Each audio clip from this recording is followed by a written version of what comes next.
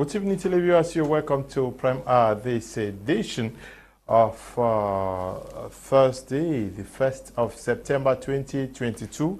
This evening, we are going to be looking at the situation of ex-convicts from the experience of a humanitarian outreach program for ex-convicts, a Bamenda-based organization that is specialized in promoting activities that should help rehabilitate persons who have been in prison, especially with the wake of the ongoing crisis in the southwest and northwest regions.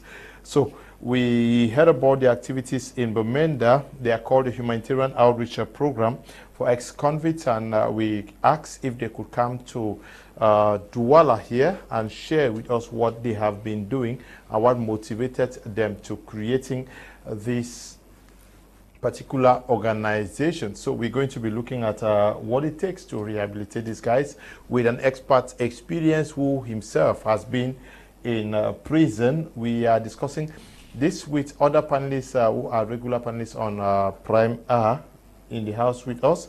Dr. John Ako is in the house with us to debate on what it takes to rehabilitate ex-convicts. Good evening, Dr. Ako, and welcome.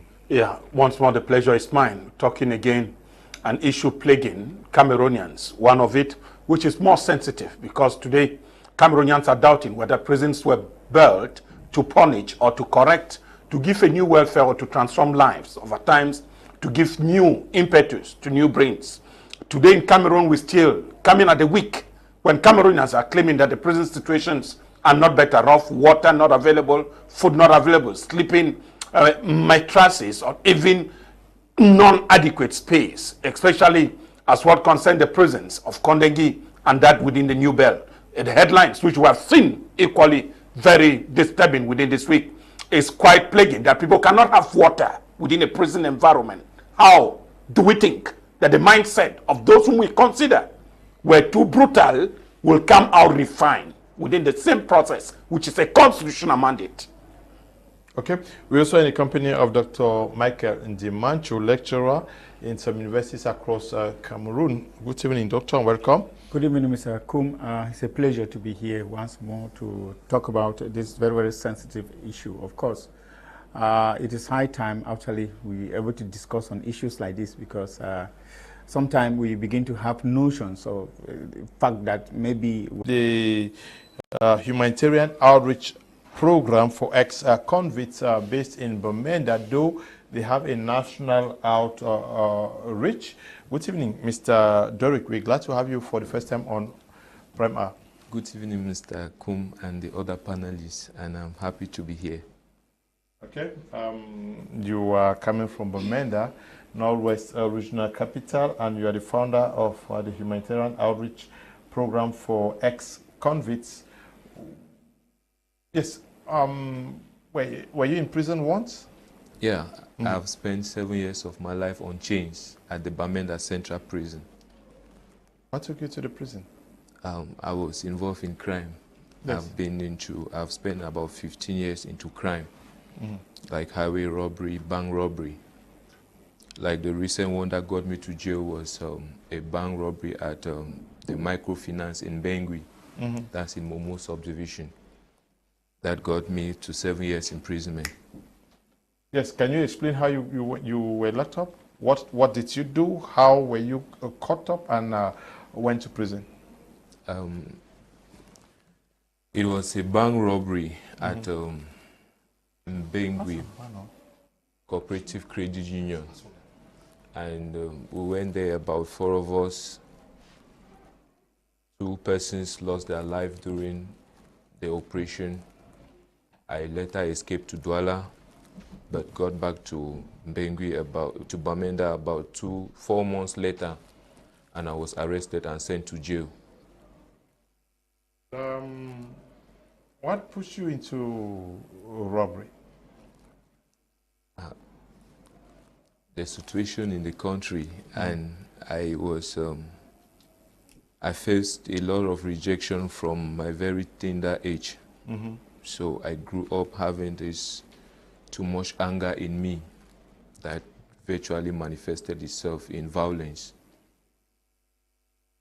So you were rejected by the community, and you decided to engage in armed robbery. You did other crimes around the Northwest region, and when you engaged in that one in Bamenda, no, in Bengui, you were arrested and sentenced. How did it happen? You were caught in Bamenda and took to court? Yeah, I was arrested in Bamenda and taken to the Bamenda Central Prison. Straight? Yeah, straight to the prisons, where I spent 7 years there on change. You were not judged? Yeah, I was judged and sentenced to 7 years imprisonment. Okay. What were the conditions like in prison?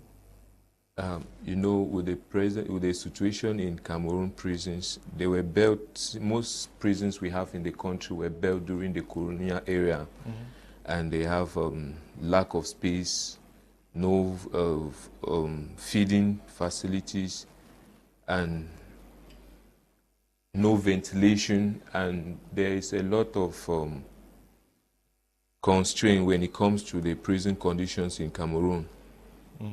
No adequate rehabilitation programs to help rehabilitate these prisoners. Even lack of medical facilities in those prisons. Then when you left, when did you leave the prison? I left the prison 2019. I got there in 2013, and I left 2019 after spending 7 years.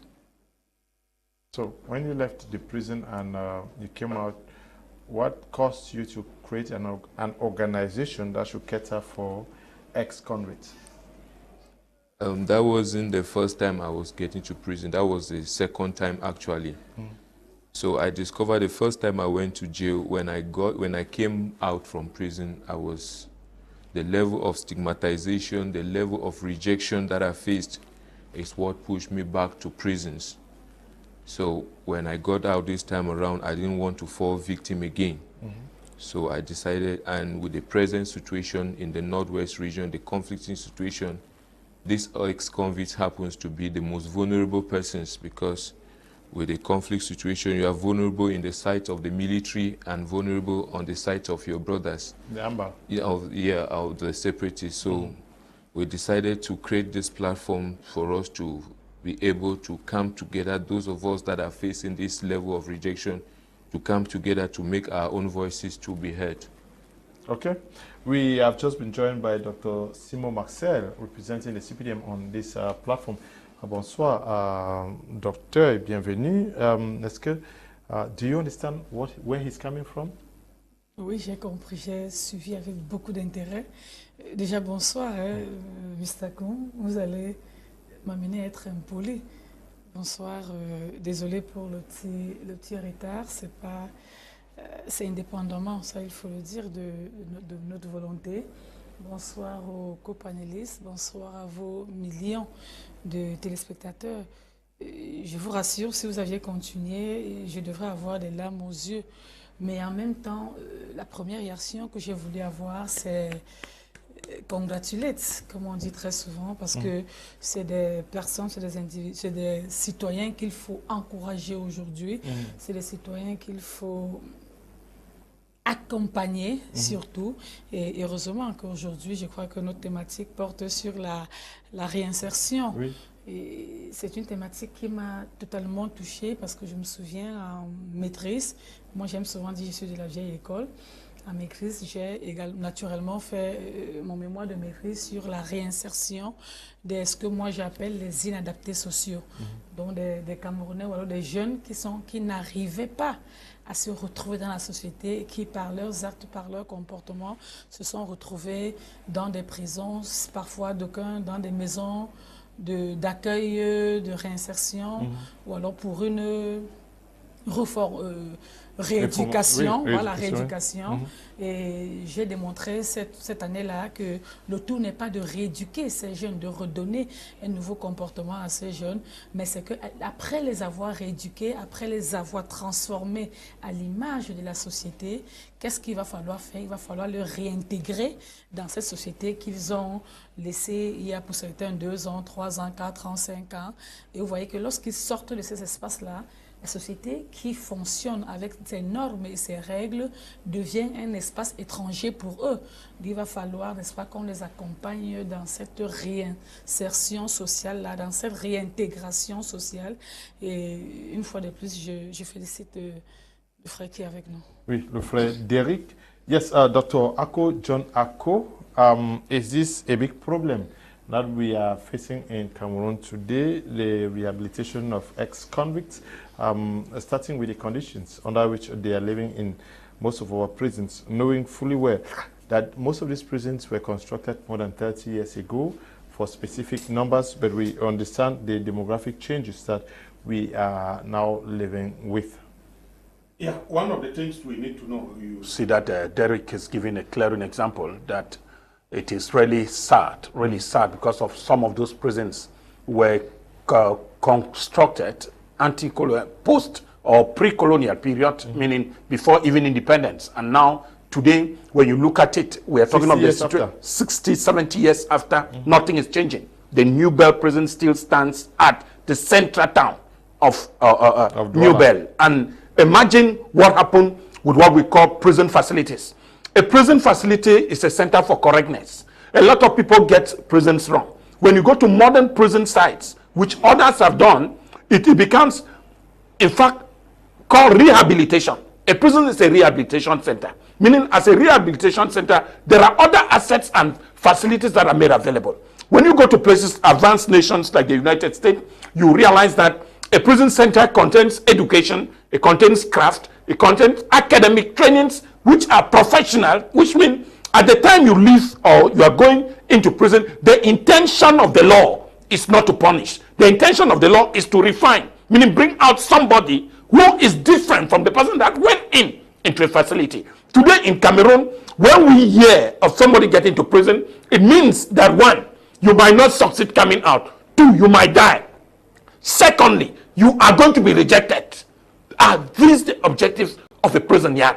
Legally, I mean, I say it's a constitutional right. So when we think, people are saying that the government has had an intention to expand or to create new prisons. Why is it not a priority in Cameroon? We are still of the opinion that the present state of Cameroon really is lagging. Lagging not only in terms of the prison, even those who are going to school don't have classrooms. So at times, some academicians will tell you that getting a new prison facility is not a priority for the government. And so because even those who are non-delinquent are not even having the space to study. So within the present context, we are thinking and sincerely saying that we need to move from this pre-post-colonial era to a modern Cameroon. There is a need to modernize the facilities within the prison yard. Some people will think, and people will tell you that even in the United States there is Guantanamo and there are a lot of other treatment. Cameroonians will give you these excuses, but we are thinking that it is not always good to quote bad or poor examples.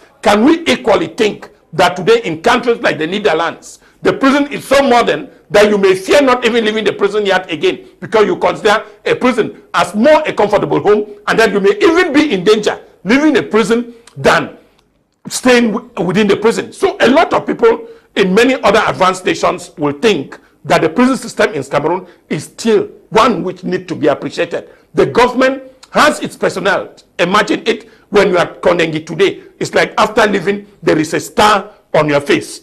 That this person is a born criminal and should not even be accepted in the quarter or in the village where he or she comes from. It is, again, very saddening with a lot of them whom, after leaving that, family members look at you as a rejected being.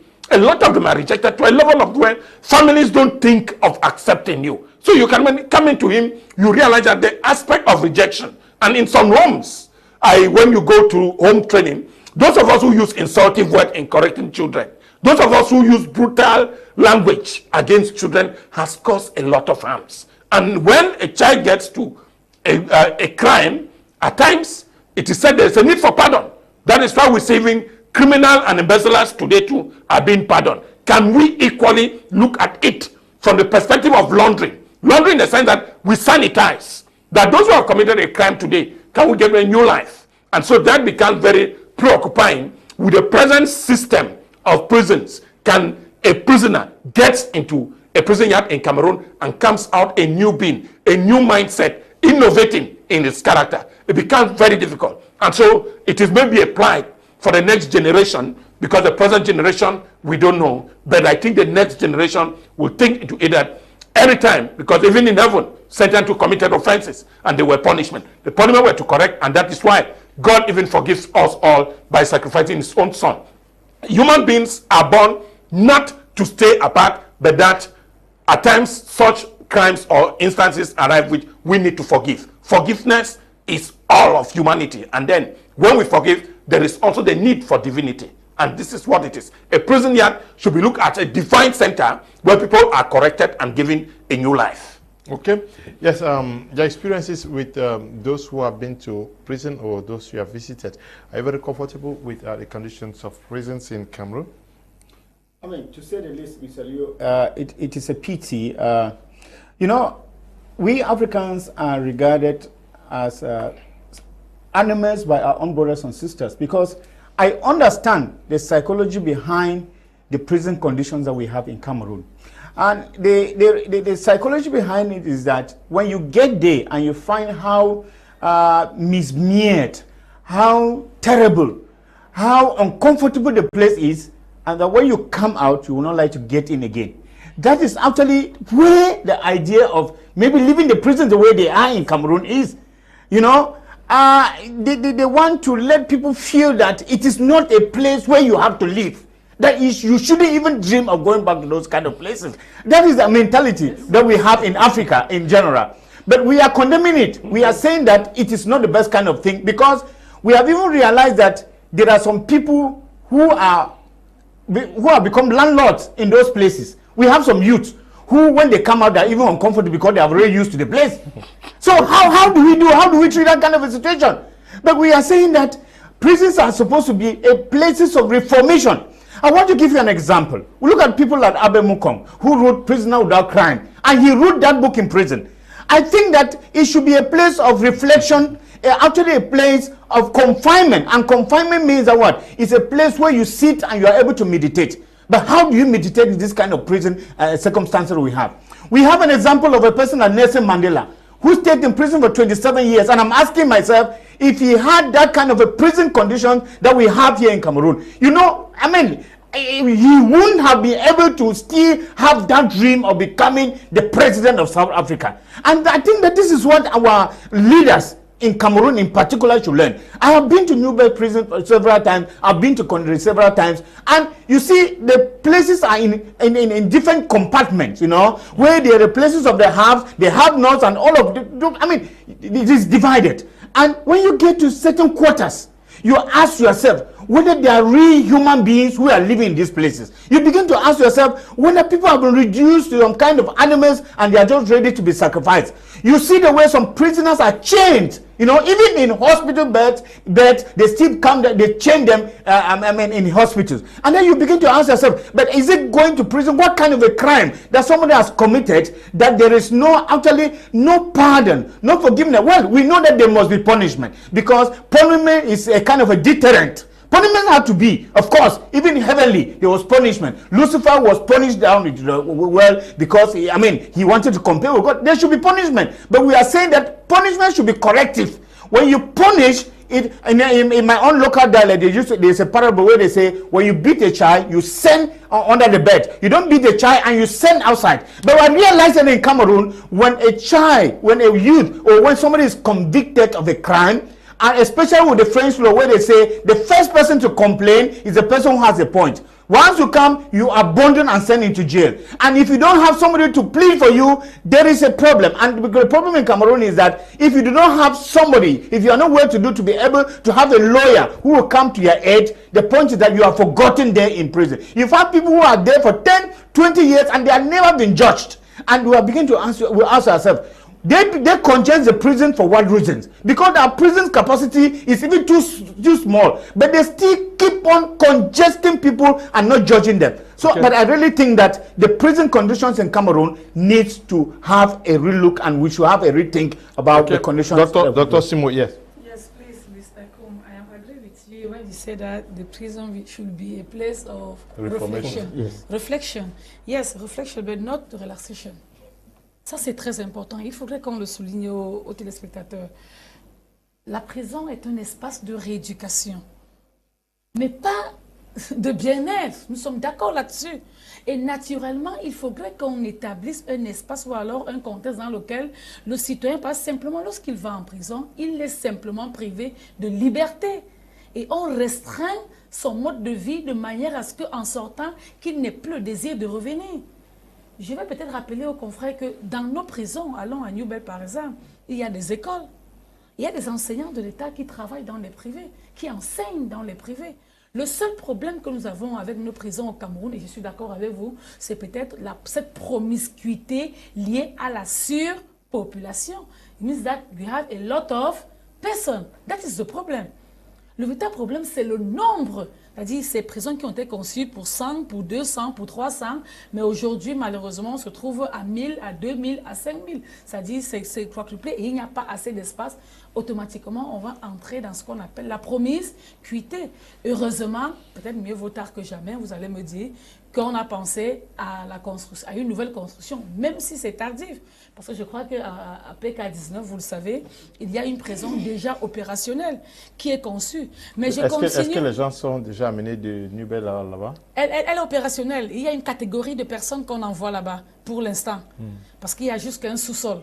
J'ai eu la chance de vivre pas très loin de là et de là de visiter. Il y a un sous-sol où on envoie une catégorie de personnes. Maintenant, c'est les juges qui savent qui sont celles qu'ils envoient de ce côté-là. Mais moi, je pense que... Ce n'est pas à 100% opérationnel alors? Non, il y a déjà une catégorie de personnes, c'est terminé vraiment pour ceux qui ont eu la chance de faire un tour. Elle est extrêmement vaste, bien construite et avec des compartiments, des divisions, des différentes divisions. Je crois que... Mais je dis, je vais plus loin en disant, le problème se situe pas au niveau de l'espace ou de la grandeur. Parce qu'en insistant sur la grandeur et le caractère spacieux de la prison, c'est un peu comme si à chaque fois on aurait envie que chaque citoyen, une petite erreur, directement à prison. Non, moi je pense qu'on doit restructurer le système judiciaire parce que le véritable problème se situe au niveau des personnes qu'on arrête, on met dans les cellules sans les avoir jugées 1 an, 2 ans, 3 ans et ils écument des prisons pour rien. Moi je pense que c'est là où on doit appuyer notre réflexion. C'est-à-dire si des personnes venaient, d'ailleurs, quelqu'un nous disait, et je suis d'accord avec vous à ce niveau, que parfois on a plus des innocents en prison que des coupables. Ou alors des personnes qui sont là, qui n'ont pas encore été jugées, qui n'ont pas encore été condamnées. Et malheureusement, le jour où on les condamne, même on vous dit 2 ans, il a déjà fait 3 à 4 ans là-bas. Donc la justice essaie d'adopter des méthodes un peu plus rapides pour pouvoir juger et trancher de certaines affaires pour qu'on puisse savoir qui est-ce qui devrait aller en prison. Parce qu'en réalité, dans toutes les situations de la vie, dans tous les actes que nous posons, ce n'est pas tous les actes que nous posons qui nous conduisent directement en prison. La prison devait être considérée comme la dernière solution, c'est-à-dire le dernier rempart pour dire, bon, maintenant, ce que vous avez tué quelqu'un, il n'y a rien d'autre à faire, c'est directement la prison. Donc, on essaie de restructurer notre manière de voir les sanctions pour que nos prisons ne soient plus bondées et remplies de citoyens camerounais. Good evening, Mr. Liu, and to all the panelist members in the studio. Great topic, Mr. Liu. I have this question. Why is really the need to train psychologists and not use them in places like some of these prisons? A lot of psychologists are out there jobless. Meanwhile, they could be employed by the government to serve in these prisons. Peter is writing from Boya. Good evening to you, Peter. Good evening, Mr. Liu, and your panelists for this topic. I have been the executive director of Prison Fellowship Cameroon. And firstly, I said kudos to Mr. Derrick, who, for this initiative. What he is saying is right, that all the prisons in Cameroon have become very small. If you look at the newly constructed prisons, Bangem, Douala and Mundemba, which are not even being used since 2013, are not good and big enough to contain. Please let the government look into this for lack of rehabilitating activities or services are not planned. Reverend Franklin writing there. Mr. Derrick, you were in prison. What is the story of your former colleagues in prison today who may be watching you? Okay, I would like to say this. You see, there's this conception that prison, that the most wealthiest spot today on planet Earth is a cemetery. Mm-hmm. But we, the people of hope, we stand to challenge this belief. We are telling the world that the most wealthiest spot today on planet Earth is not the cemetery. Because in a cemetery, you will find books that were never written, you will find a lot of potentials that were never maximized. Mm. But the most wealthiest spot today in the society is the prisons. Mm. If we can be able to mine our prisons, we will find solutions to most of the problems that are pricking our societies today. Like, for example, most of the crime, about 80% of crimes that are being committed on our streets today are being orchestrated in prison and their counterparts execute out here. Like you see this issue of mobile money scam. Mm-hmm. Yes, you see Cameroonians keep losing hundreds of millions every blessed day from the hands of these people, because you see in prison, just imagine a gadget like this in the hand of a destitute. So they use it now to extort from Cameroonians. So if you see the prison, Cameroon prisons is not playing the role that a prison is supposed to play in every society. The prison plays the role of a reformatory center, a punishment facility, and an income generating mechanism in every society. But it's time we begin asking ourselves, is Cameroon prisons or African prisons playing this basic role in the prison? Obviously no. So I really think that it's high time we work collectively to see how we can help the government rehabilitate or come up with rehabilitation schemes to help these prisoners in prison. Specifically, you are the founder of Hope International. Yeah. That is an organization that seeks to rehabilitate prisoners. You're based in Bamenda. Now, what is it that you think you can do and that you want other persons to accompany government to do to better rehabilitate prisoners in Cameroon? Oh, okay. Firstly, I would like to talk about uniforms. Mm-hmm. We want every prisoner in Cameroon to have a uniform. And also, I would like to talk about phones. Yes, we will not like a prisoner in Cameroon to be entitled with a phone. The government needs to. We have a lot of telecommunication companies in the country that pays heavy taxes to the government. If the government can subsidize those companies and they create call box in prisons, I think it will go a long way in making communication viable. Mm-hmm. Now, you are out of prison. Yeah. You felt that you should create the Hope International Organization. Yeah. You started, when did you start it? I started about 2 years back. 2 years back. What are you doing in that organization?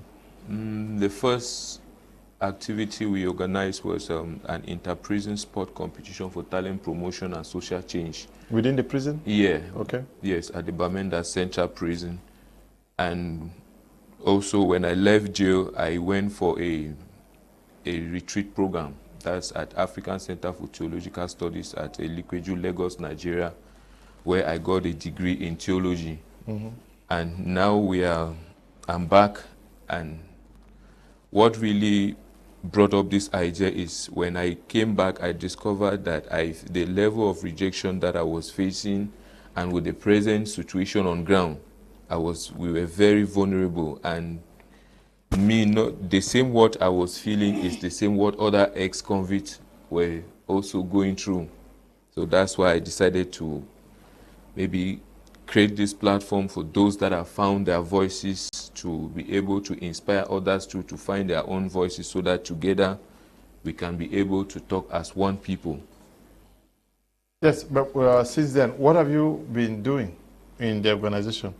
You said you organize a sports tournaments at the Bamenda prisons? Yes. Yes, but are you working outside of the prison with former other ex-convicts? Yeah, like in this organization, you see most of the executives there are ex-convicts.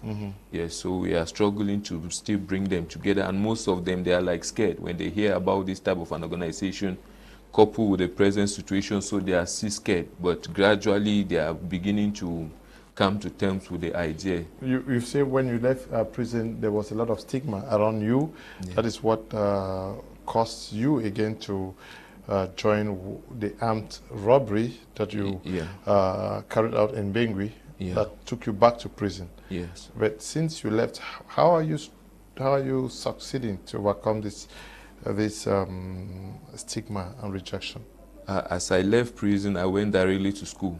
Okay. Yeah, so I just got back, and I'm still now trying to say the philosophy of this Hope International. So I'm still struggling to bring persons on board. Please, if you are based in Bamenda. Yes, I'm based in Bamenda. Okay, this is an ex-convict who was at the Bamenda Central Prison for 7 good years. Yeah. He has said it very clearly that he was an armed robber.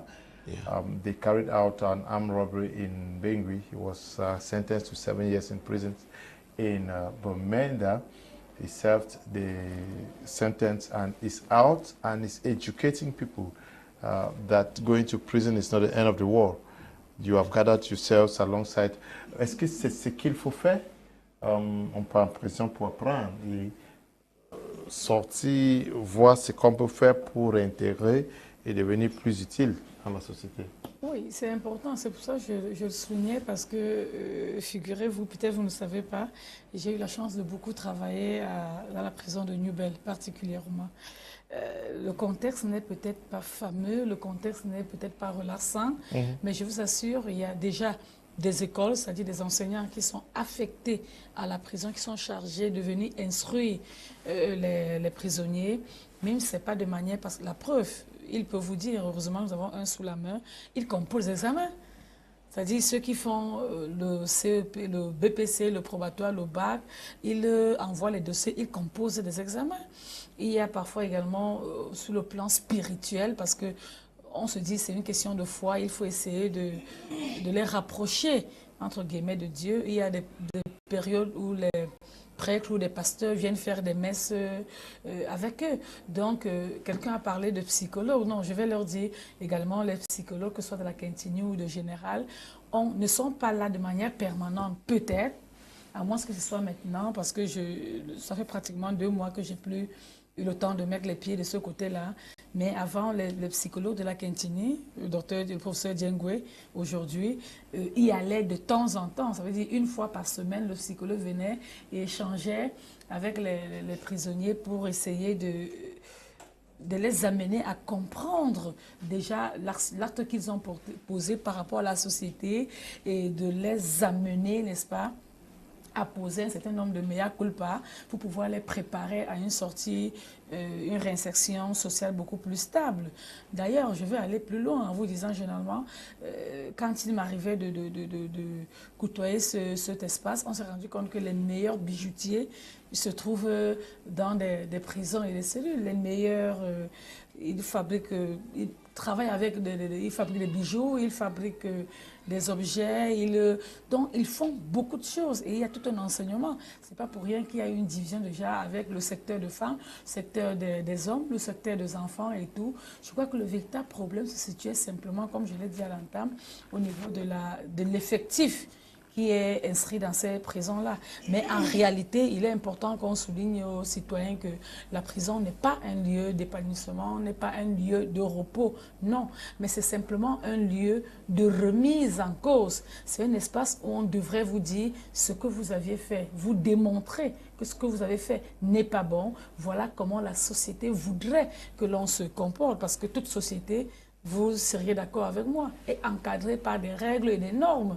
La preuve, dans votre maison, les enfants, même vos propres enfants, ne font pas uniquement ne font pas généralement ce qu'ils veulent, mais ils font ce que vous leur avez demandé de faire. Donc les prisons sont simplement là pour encadrer, pour réguler les comportements des citoyens et les réinsérer dans la société afin qu'on ait une société beaucoup moins violente.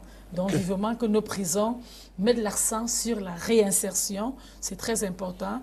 Et je voudrais même qu'il y ait une courroie de transmission entre le prisonnier, ou alors entre la prison et la société. Ça veut dire quoi? Un qui est sorti comme celui-ci, c'est-à-dire qu'il y ait des éléments de prison qui contrôlent ce qu'il est devenu dans la société et essayent de le est-ce que c'est exactement ce qu'il est en train de faire parce qu'il travaille avec les... Voilà, par exemple, des éléments que l'on voudrait. C'est-à-dire parce qu'aujourd'hui, qu'est-ce qu'on observe? On vous resocialise, parce qu'en fait, voilà le mot, c'est un espace de resocialisation. On vous resocialise et on vous jette dans la société. Non. Ce que nous pouvons demander aujourd'hui, c'est qu'après la resocialisation, qu'on vous reconduise dans la nouvelle société que vous aviez abandonnée il y a 2 ans, 3 ans, pour vous permettre, n'est-ce pas, de revoir les nouveaux repères et de continuer à vivre avec les autres. Okay. Et pour y parvenir, permettez-moi, il faudrait également que les familles interviennent. Parce que j'ai cru entendre qu'à la sortie, il a été rejeté. Alors, si on est rejeté par la société, comment comprendre qu'on puisse également être rejeté par sa propre famille? Et donc, ses il y a amis. un ensemble. Et ce sont les amis, sa propre famille, qui est la première cellule de socialisation. Ça veut dire qu'il y a un travail de fond qui doit être fait à ce niveau.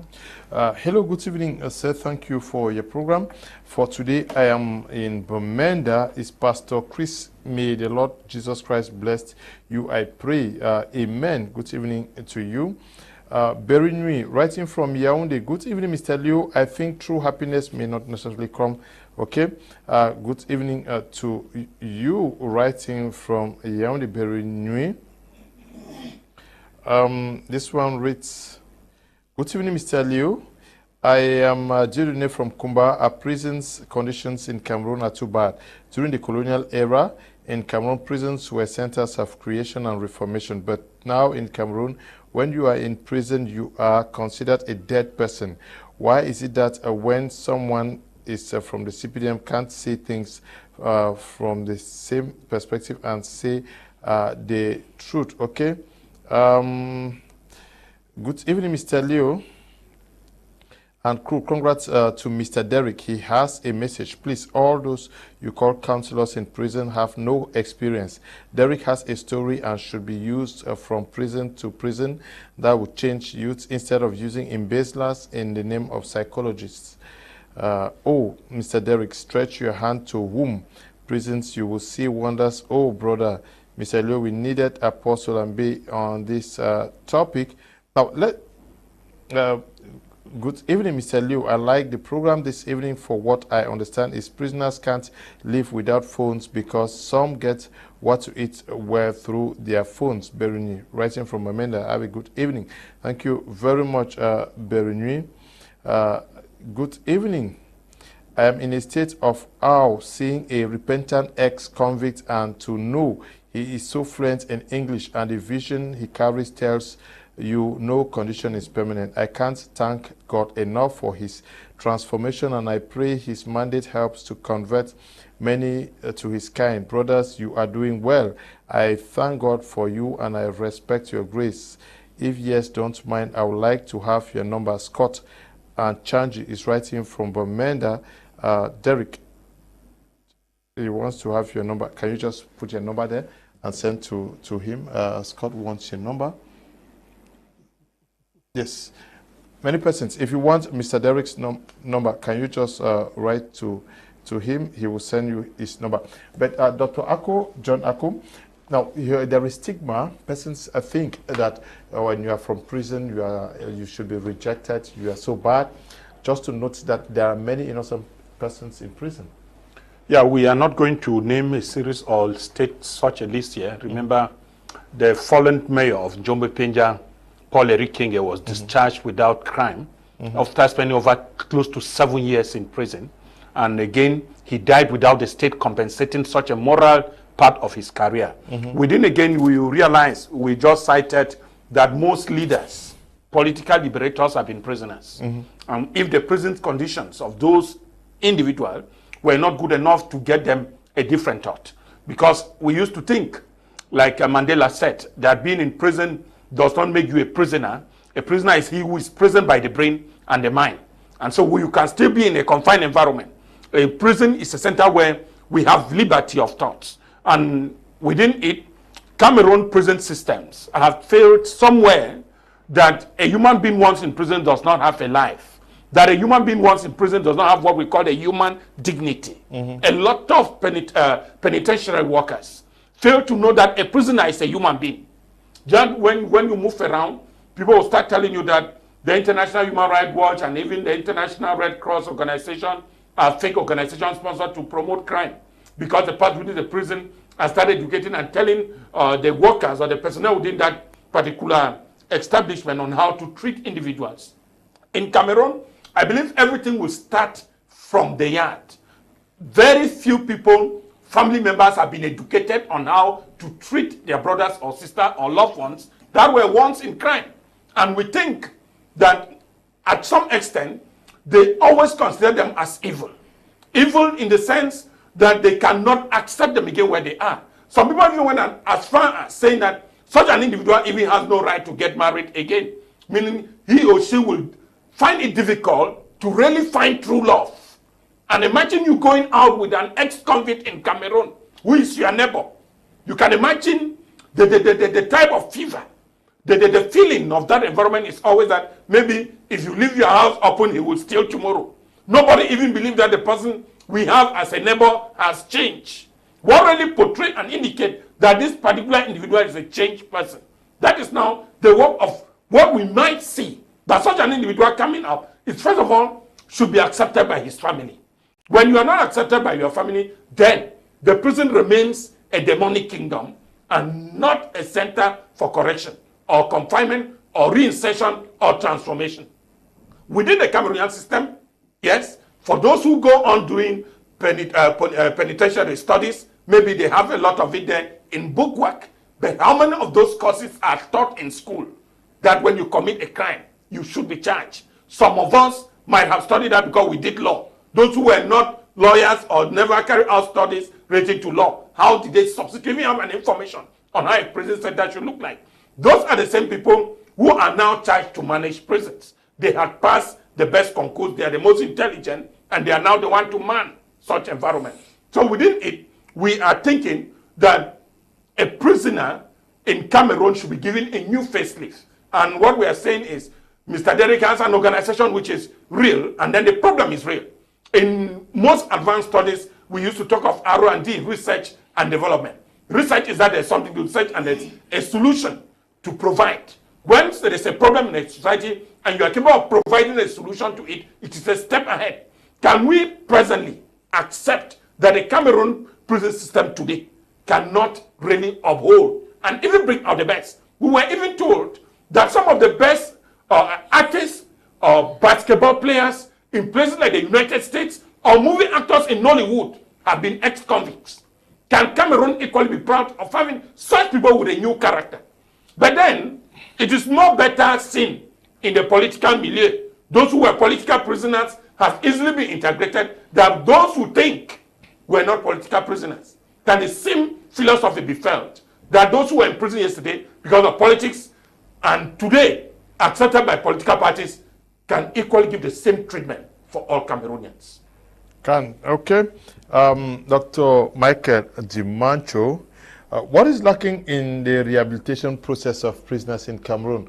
You have the impression that there is a structure, like Dr. Simo said earlier on, that they are in prison, there should be follow-up. Somebody wrote that there is need for persons like Derrick to play the role of the psychologist, because you bring psychologists who have little or no experience on what these guys actually need. I think there is that lack of an enabling environment there in prison, because you even see, leave even the government out of it, you even have Christian missionaries who are charged of prisons. Like the Reverend Father who just wrote, he has requested for your number, Derrick. That's I'm right. sure he's going to. We have Christian missionaries who are in charge of prisons, whose work is out to go and talk to the prisoners. We have chaplains who are in charge of doing services, church services in prisons. But the pitiful thing is that the condition, as I talk about enabling environment, the condition within which these prisoners are kept is not confiable.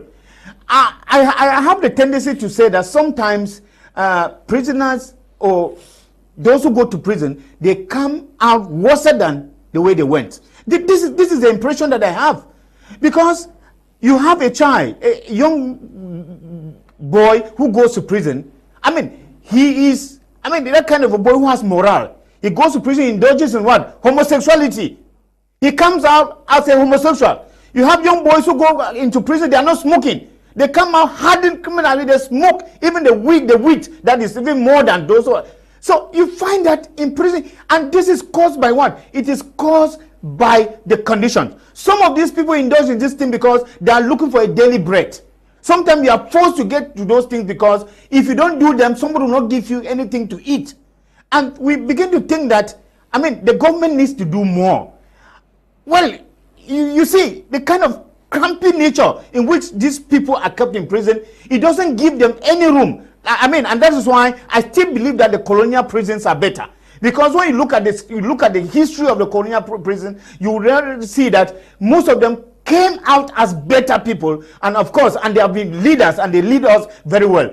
Now, I'm looking at the story of this young American called Darius Monroe, who has written an autobiography titled "The Evolution of a Criminal," and this is a film. It has been a film that is, although it's a terrific horror film, that many people are watching around the place. And this was an ex-convict. He got that inspiration from prison, and he has come out to really be, somebody that has stood out outstanding, a youth of 16 years that went in through bank robbery, and he has gone to prison and has come out a better person. It is because he had that enabling environment to be able to think. And that is why I keep on condemning the fact that people think you should leave our prison nasty because they think that it's a deterrence for people to get there. No, I don't think it is after a deterrence, because you rather keep them as hardened criminals there. Let me tell you that stigmatization, it is normal, because with the kind of conditions that these people live in, when they come out, even a normal person will run away from them. Because you don't come out, and sometimes you come out and you think that psychologically you need psychosocial rehabilitation to actually reintegrate the society. Most of them come out really change people and change for the worst. And we think that prisons are supposed to be a place of repentance. How can you repent when the environment in which you live there is still very hostile to you? You cannot repent in that kind of environment. We thought that a prison is supposed to be a place of protection. Protection means that what? That the crime which you committed that has landed you into this kind of a situation, you should be nurtured, and you should be, allowed to grow and come out. You should even transform yourself. Some osmosis should occur, and then you should come out as a new person. But how can it be? How can it really be when that environment which you are living in is really hostile to you, and the people all that you see around, there is nobody who you can actually sit like this to discuss, and then you will plan something better. I think that we need that environment. Those who we hear that there are teachers who go to prison. Sometimes we still need to follow up and actually see the kind of teaching and the kind of nature. Maybe Derrick will share us that experience. I'm really eager to see that kind of experience where teachers go and teach, and then the spiritual leaders, they go there and they preach to the people. And we want to see the kind of an environment which if somebody is being taught and is in chains, I don't know how they teach them, because if somebody is in a hospital is in chains, it means that even in prison they are not allowed to feel free even to listen to lectures or to listen to lessons. Means that you cannot learn in that kind of a society, in the kind of environment whereby you are psychologically tortured. So we think that they need a free environment to grow. Good evening, Mr. Liu. I'm Godwill, writing from Santa. I really enjoyed the program. The truth is, prison in Cameroon is equal to death sentence. This one says that... Good evening, Mr. Liu and speakers in the house. I really appreciate Mr. Derrick, because some people don't have the audacity to stand and discuss particular when you have been one Say, I believe God will give you the grace to fulfill your mandate. So, Mr. Derrick, what theological school did you attend? Cameroon Prisons and Prisons Needs Revival, Tako Kevin, Boya, master students in conflict resolution. So, after prison, Mr. Derrick, were you still rejected by your family and others? Yes. Because of rejection, he went back into armed robbery and went back to prison. Good evening, Mr. Liu. It's Miro Man from Moyuka. I love the program. We just have to pray to God in this beloved country, Cameroon. Thank you very much. Good evening, Mr. Liu. I had my ordinary and advanced levels in Boya Central Prison with good grades, 2015 and 2016, respectively. All thanks to the Operation Total Impact. Okay, that should be a project that is being operated in the prison. Okay, there are other organizations that are working with prisoners. Thank you. We thank God for you, my brother. Good evening, Mr. Liu. I'm so impressed with the choice of Mr. Derrick to testify as the ordeal he went through while in prison. I love his courage and transformation he has undergone and his vision to impact other ex-convicts and humanity. I will volunteer and develop a website for his NGO to promote his vision and courage. Please, I need his number. Marcos Kajo, writing from Bamenda. Marcos, thank you very much. I've just sent you Derrick's number. You can get to him so that you guys can work together. You will show me the way of life, granting me the joy of your presence and the pleasure of living with you forever. Okay, this is a prayer. Amen to that prayer. Doctor, before I get to you, I want him to share some experiences with us. Before I get to you. Good evening, Mr. Liu. I will start by thanking you to come out with such a topic point. Secondly, I will appreciate Mr. Ndansi to be bold enough to recount about his past life on a platform like this. I pray that this message should inspire others. Thank you. Charles is writing from Kumba. Good evening to you, Charles. Now, Mr. Derrick, in prison, Dr. Ndimancho says that some persons live more hardened than they went into prison. How do they learn those bad things? And we have teachers who come there, pastors. How do they help you guys? You see, in prison, they are not separated. Yeah, they are like the hardened criminals. Everybody is mixed in the same place. So these hardened criminals have high influence on those minor ones. So even the teachers that come to prison, it's not everybody that attends their classes. Yes, they always have classes in a confined area, and not everybody is informed. Why don't you guys, almost everybody, attend to them? Because most of them, they are going around looking for what to eat, and most of them, when they come, they don't have. If you are going to talk to a prisoner, if you don't have something that will attract him towards you, then you are wasting your time. So most of these guys just come that they want to preach to them, and when they look around and they don't see even a savon or a little bit of rice, that's how they run away from it. Now, when you get to prison, assuming that you are an innocent person, because you are not used to crime like you are already used to it. These persons who come, how do they get introduced to these very bad attitudes that they come out even more dangerous than they went in? You see, one thing is hunger. Okay. Those that are hardened or those that have been in jail for a long time, they have the little means. So when this young one comes, they try to use those little means they have to lure them into, like he's made mention of homosexuality. Homosexuality is on the rise today in Cameroon or in African continents because of our prisons. Okay. Yeah, because if you see 100 young guys get into prisons as virgins, and 100 leave prison, because prison is not a place that is stagnant. People go to prison every day and they come out from prisons every day. So this 100 that is going into prisons, or the ones that are leaving prisons, you know, it's something like a chain. So once you have been devoured, it's like you need to You are like a salt that has lost its saltiness. So for you to be able to gain your saltiness back, is you need to get some other person divided. So that's how these 100 persons that are getting into the society, in the space of no time, they will get more than 200 persons divided, and that's how the chain continues. So I think there is a need for us to be able to pray for community. Yeah, to pray for the nation. I should pray for the Please, nation. please, be serious, please. Now, you went Please, into serious. prison. You were a hardened criminal because you were doing out operations. Yeah. You were with your group. Yes.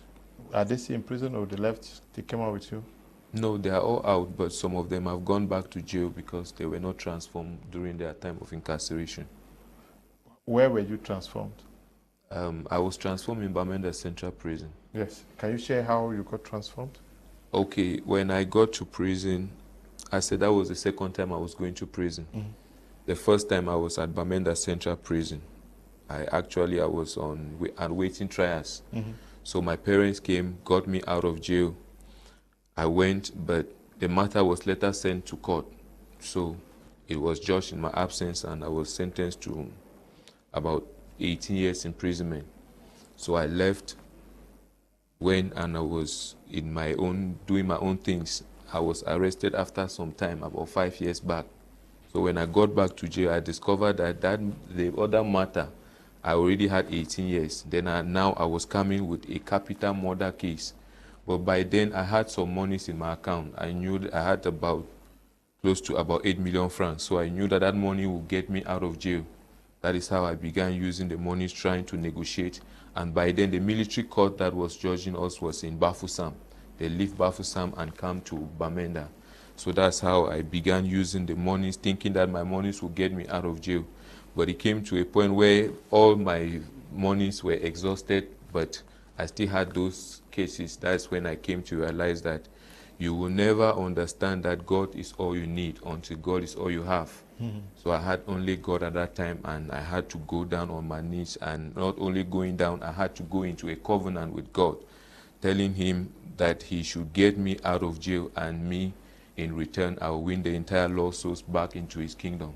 So it's as a result of that covenant that I made with God that actually I was sentenced. The other matter I had, that 18 years, they call it par défaut. I did an opposition depend. They called the matter back, rejudged it, and I was sentenced to 3 years. Then the matter that now got me to jail, I was sentenced to 7 years, so I had 10 years, but I had to go do a conviction de peine for those sentences to be run concurrently. That's how I spent 7 years before leaving.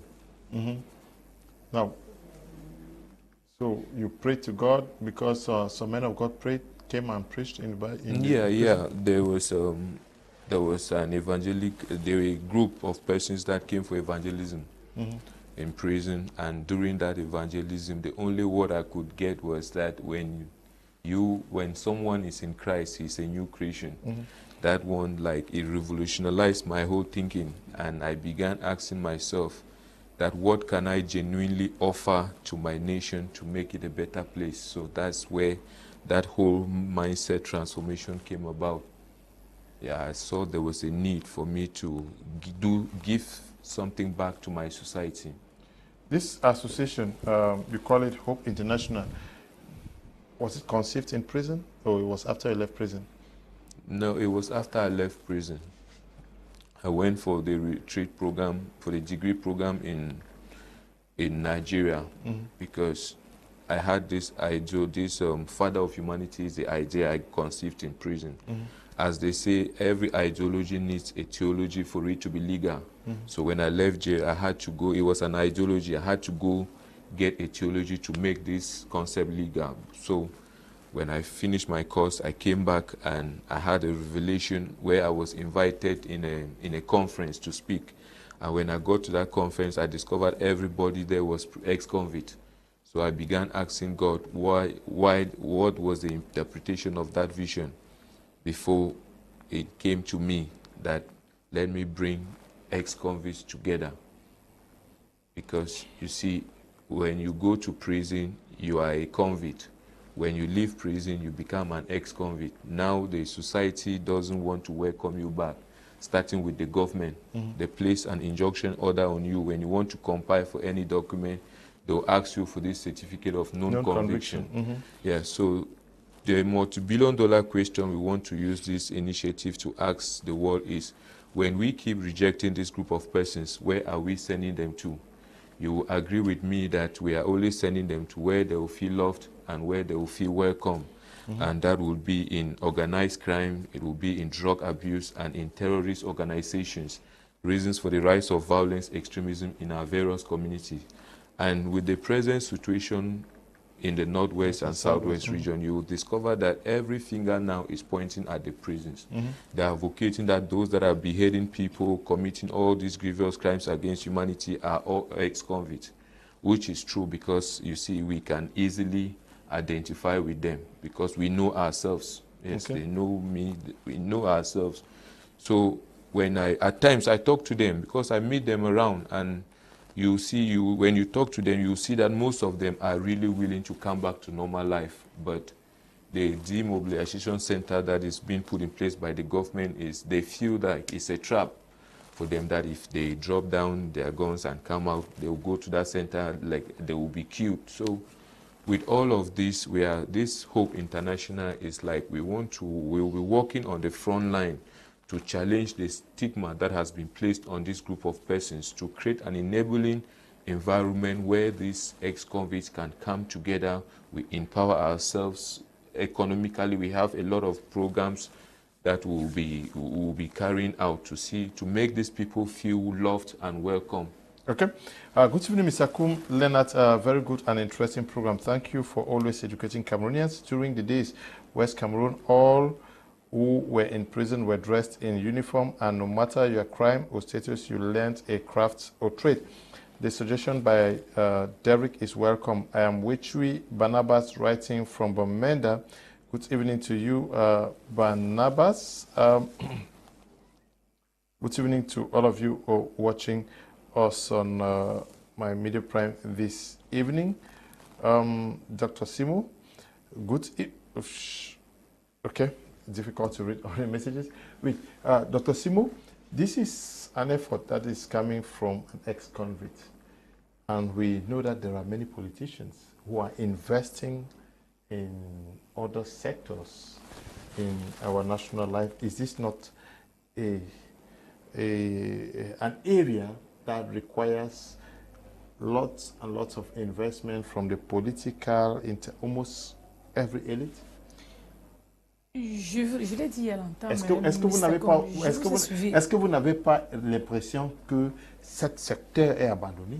Oui, je vous ai suivi parfaitement, Mr. Kum, mais je réitère encore en disant que la réinsertion ou alors la resocialisation des ex-prisonniers, si on dit ça comme ça, est une affaire de toute la société.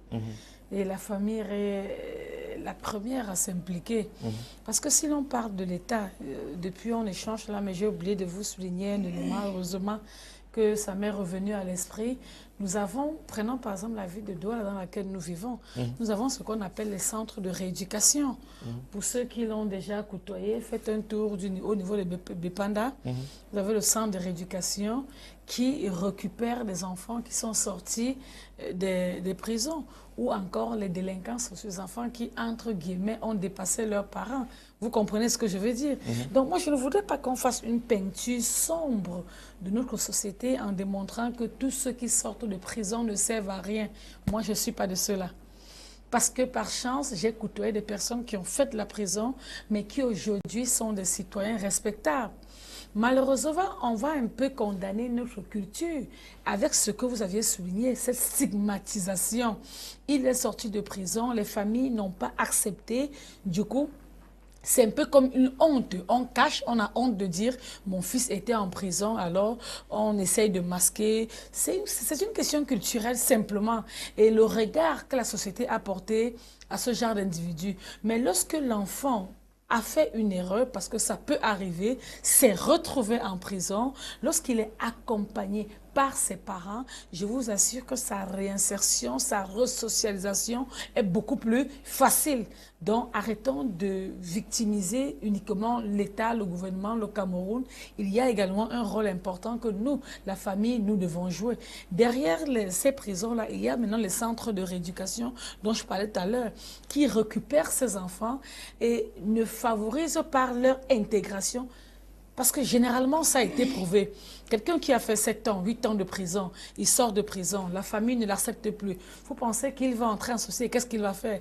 Il est fort possible que 1 semaine, 2 semaines, voire 1 mois, qu'il fasse encore un crime ou alors qu'il commet encore un dégât, qu'il le reconduit en prison, parce qu'il est sorti, il n'a pas été accueilli, il n'y a personne qui l'encadre et qui se retrouve encore en prison. Et c'est en ce moment que vont intervenir ce qu'on appelle les centres d'accueil.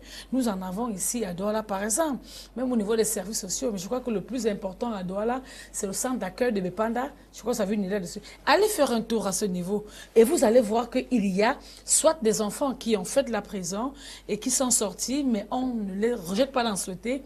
On les envoie dans ces centres, ils apprennent des petits métiers et on essaie de voir comment est-ce qu'ils vont se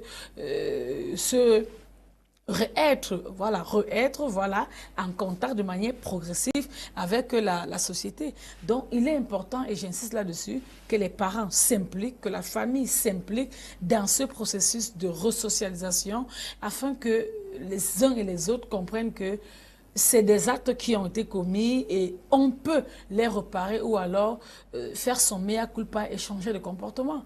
Parce qu'entendre mes confrères parler, c'est comme si quelqu'un qui a fait de la prison ne sert plus à rien. Moi, je connais des individus, des personnes qui ont fumé de l'agro. Mais c'est pas ce qu'ils ont dit.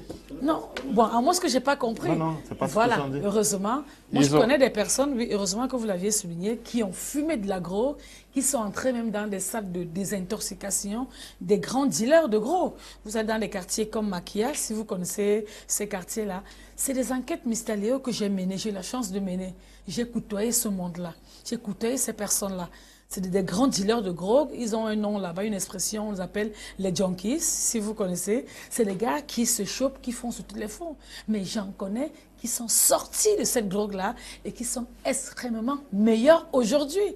Quand j'échange avec lui et avec quelqu'un, je vous dis, est-ce que vous savez qu'il a été un ancien junkie? Si on me dit, ben non, il ne peut pas aller. Je vous dis, oui, il a été... Pas pendant 1 an, pendant 2 ans, mais pendant des années. Oui, mais il faut que sorti, ceci avec l'aide de la famille et des amis qui l'ont accompagné. Il faut que les élites s'impliquent davantage. Effectivement, c'est ce que je parle. Les élites, la famille. Parce que l'élément le plus important ici, c'est le lien social. C'est le lien social. Vous conviendrez avec moi, lorsque votre famille vous accompagne dans une difficulté, dans une douleur, vous la portez plus facilement. C'est-à-dire la charge est lourde. Mais quand vous vous tournez, vous savez que maman est là. Vous vous tournez, papa est là. Vous vous tournez, votre frère, votre soeur est là. Vous acceptez facilement la charge. Et même si elle est pénible comment, vous faites des efforts pour vous en sortir. Et en ce moment-là, pas pour vous, mais au moins pour votre frère, pour votre soeur, pour votre femme, pour vos enfants. Donc, il est important que la famille, les élites, les hommes politiques aussi accompagnent. Parce que simplement montrer aux citoyens qui a fauté que non, vous êtes là, pas parce que vous êtes rejeté, mais simplement parce qu'il est arrivé à un moment où vous avez adopté des comportements contraires à la norme sociale. Il va bien falloir que vous répondez de vos actes pour pouvoir devenir un citoyen meilleur demain. Sinon, on n'aurait pas les Nelson Mandela qui ont été présents de la République dans ce monde. Okay. Good evening to you, Mr. Liu. I am Madame Orok Frida in Kumba. This is a very interesting program because when we keep talking of human rights, the issue of non-conviction as a criteria for employment in Cameroon is a stigma to ex-convicts. They should be given equal opportunities. I am actually enjoying ex-convicts as your guest speaking, and such people after being delivered should be encouraged to move on in life. Thank you. Yes, I'm sure he needs assistance in his organization.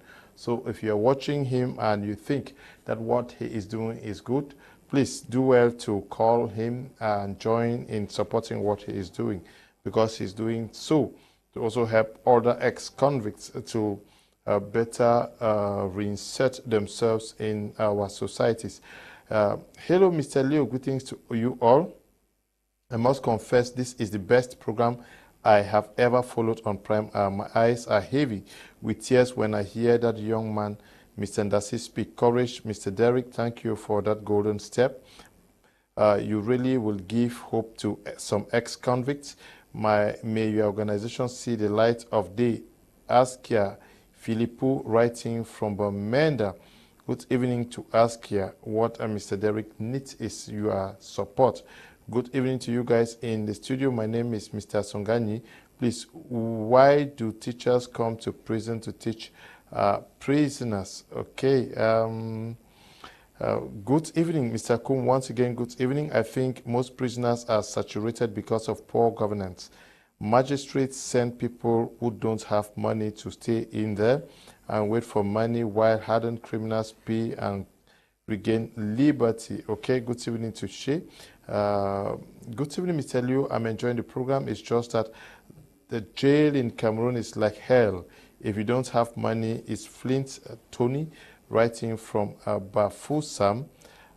Good evening, Mr. Liu and the entire crew. Seeing this guy speak with such repentance makes me shed tears. Truly, if anyone is in Christ, he becomes a new creation. Bro, thank God for the transformation. May God see you through. Thank you very much. Derrick, you're touching many persons who are watching this program this evening.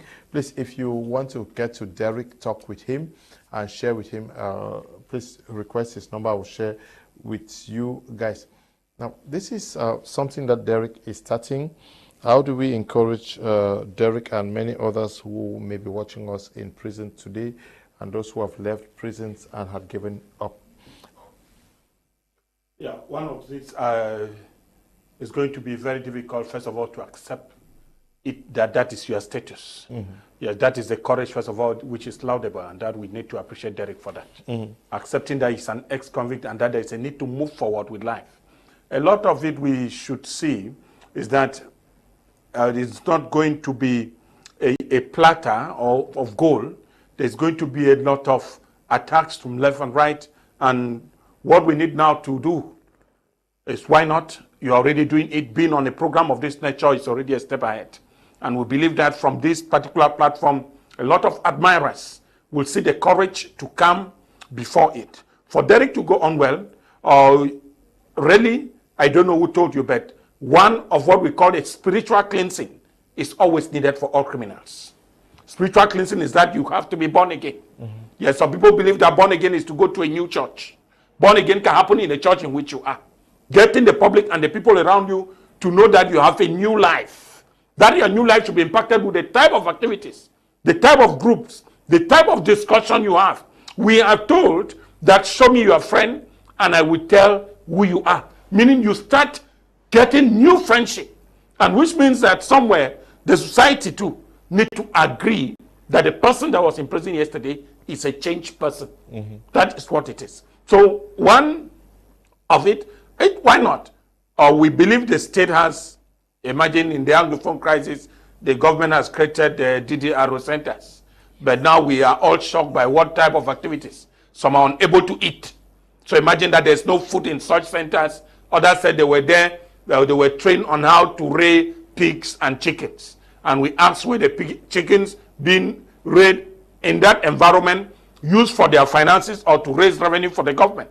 So for those who are here, or those who know well the history of prisons in southern Cameroon, I'm talking of Kumba, Boya, Bamenda. Historically, prisoners have been used to raise revenue for the state. There are times when you have blocks to mold, they used to take them from prison with a guard. They mold the blocks for you for 2 days. 3,000 blocks are available. You pay the money to the prison coffers as a source of income. They even take them to work in plantations. And the penitentiary workers stand beside with a gun. Yet they used to equally think that this process of generating revenue for the government is a mindset training for the inmates. But a lot of time, it is what we call today inhuman treatment. It was not a formal training. It is considered as part of their punishment. For those of us who were around prison yards in Mamfe, you could imagine the type of machetes that this guy were given to clear grass. Machetes which cannot even cut even a human flesh.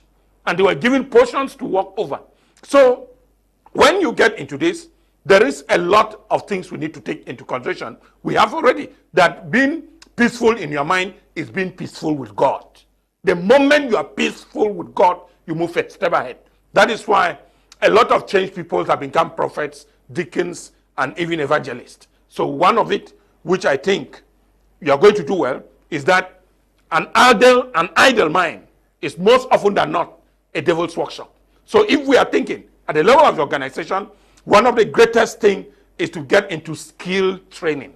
Skill training should be the objective of ex-convict. That the moment I leave the prison, there's a need for me to have a trade, craft. If I can come out with a trade, which is mine. And today, imagine, the computer is accessible, and that just a single usage of the phone which we use in committing crime, can be used to transform your life for the better. So people walk past all their time in their homes using their phone, not for crimes, but for purposeful jobs. And they do it excellently. So getting into IT and modern skillful training will transform a lot of lives. This equally means that at the level of where we live, we should be capable of being useful. We should be useful community work. This community aspect has caused a lot of people. Some people feel like I cannot associate with them before. Now that you're a criminal, you start begging people. So there's a need to accept each and everybody. For an organization of this nature to develop, there's a need of what we call sanitization of the mindset. Sanitization of the mindset. You need to change wholly, and everybody should be capable of perceiving change in you. So these are some of the aspects I believe if we need to go by, getting a job, because most of it, a bunch of criminals will tell you that it's because there was no job, even though we know that in well-advanced democracy, it's not equally possible to provide jobs for everybody. And even when you provide jobs, some are not still willing to work because crimes have developed to a way. But then it will obviously solve a particular issue. The organization Hope International can simply get into purposeful orientations and training of the mindset of ex-convict, and I believe they will do well. Okay. Good evening, Mr. Liu. I'm so happy to hear from that guy. I want to thank God for giving me the grace to transform lives. God is doing a quick walk through the lives of the inmates. About 40 of them are listening to me every Tuesday, asking me to come even twice a week.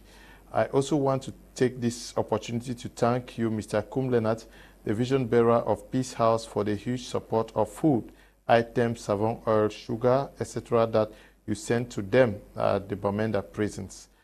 Evangelist Vicky is writing from Bamenda. Good evening to you, Evangelist. We thank God for using us to be able to be a blessing to some of our brothers and sisters in Bamenda prisons and other parts of Cameroun. Bonsoir. Moi, c'est Ngongeh depuis Kumba. J'adore votre programme et je souhaite courage à ce monsieur qui a été prisonnier pour plusieurs années. Dieu est au contrôle. Thank you very much. Good evening, Mr. Liu and the crew. Indeed, it's a wonderful program. My concern is that why is it that the government can't create a job sector for ex-convicts in Cameroon? Mr. Ama is writing from Lolodof, that is in the East region. Good evening, sir. Please ask Mr. Derrick whether he is married and have children. I thank God Almighty for him. I'm Walters Ngwang, writing from Bamenda. Walters, do you have a sister for him? Good evening. I'm Blessing, writing. Okay. Bonsoir à vous. Es-tu ou êtes-vous maintenant? Nous sommes à Douala pour l'instant. Now, Doctor, what do you think the community can do to help persons like Derrick? He has overcome stigma, rejection, and everything, but he's not thinking about himself. He's thinking about those who are in prison, how they need to prepare themselves while in prison to get rehabilitated and then to reinsert themselves in our communities. The first thing the community should know, that each and every individual should know that he's not a saint. Okay. All have sinned. All have sinned and fallen short of the glory of God. Mm-hmm. That too, the Bible has taught us a lot. St. Paul was a hardened criminal and a killer, but he became one of the most adorable and indefatigable preacher that we learn about in the Gospel. every hero has a past.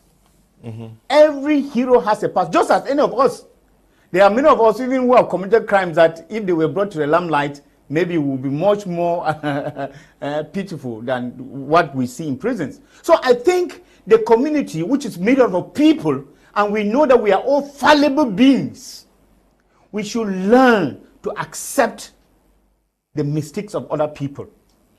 This is one of the clear things that, and we should stop judgment. Sometimes prejudices spoil a lot of things. You want to judge other people. You think that someone has done this thing, he is the worst kind of person to live on earth. But we forget, like the Bible says, remove first the peck in your eyes before looking at the big log of wood that is in another person's eye. So I think that if we learn to be real, to be realistic, to accept ourselves as fallible beings, people who tomorrow, because no one knows, you can't tell what tomorrow holds. Because what I'm thinking is that some of these people indulge in these things maybe involuntarily. It is not everybody who takes a decision it's not everybody who premeditate to commit an act. Some people get into this act inadvertently. Some people are lured into some of these acts. Not everybody sit and say, I'm going to commit a crime. Perhaps you sit and say, I'm going to do this robbery. Some people are caught in between the line to do that. So we should always be able to put this clear on the table and the balance and strike, and to understand that everyone belongs to a community. And that if a community is made up of saints, it will not even be an enjoyable community. But that we accept that when you see and you realize that you have seen and you come back, you should be able. We should rather be there to assist these people, to help them come back to normal life. Because, like we often say, it is not, how do you feel when you lose, when you get a friend who has actually, singled out himself and decided to do this kind of, and he lands him in prison. You feel something missing in you. You feel, we have friends who are in prison and we are regretting why the friends are in prison. I think that the rule of the society would be to accommodate, because the society, especially the African society, is very big to accommodate almost everybody. We live in that kind of a fraternal and communal environment whereby we are each other's keeper. We need to be each other's keeper. And if we accept that we are each other's keeper, we will not rejoice over the ills of another person. I see Derrick here. I'm so proud. And I think that one of the things that should happen is that many people watching him today should be able to come out and know that you didn't commit the worst thing in the world, and that you always have the second chance. If we should let the society let these people know that they have the second chance. It's just like a man and a woman who gets in a marriage, and before getting into that marriage, you have committed some kind of act with another woman or another man. But at the end of it all, you said, all of these I did that was out of mistake. Now I've found out there somebody that I'm supposed to be with. You will not start pretending and say that you were a saint. You were not a saint, but that you sinned and you have come now, you have settled down, and you know that this is what I was looking for. This is just that we have to look at these people, that they committed the crimes that they committed at that particular time. Maybe we give them a second chance. They are the people to transform the society. They are the people to transform that living environment where we are. Just as people have left the prison and they are president, people have left the prison and they have even become priests. They have become pastors from prison. They have become pastors. I've seen many of them, people who are coming out from prison, many of them preach and they talk the words of God. It means that what? That they are changed people, and that even we who have not gone to prison will be changed by those people who are coming. Look at Derrick now, has gone to a theological school. He will be able to preach. If he is given the opportunity in the society, he will be able to change mind. He will be able to moralize people. He will be able to preach to people who will be able to change, who will change their consciences. So I think let the society accommodate them and let them feel as human beings. Leave that stigmatization and let us give them that reformation that they actually need to live as individuals in the society. Dr. Simo, we see many persons creating institutions across Cameroon today, but hardly do we hear about centers, rehabilitation centers like what Derrick is doing.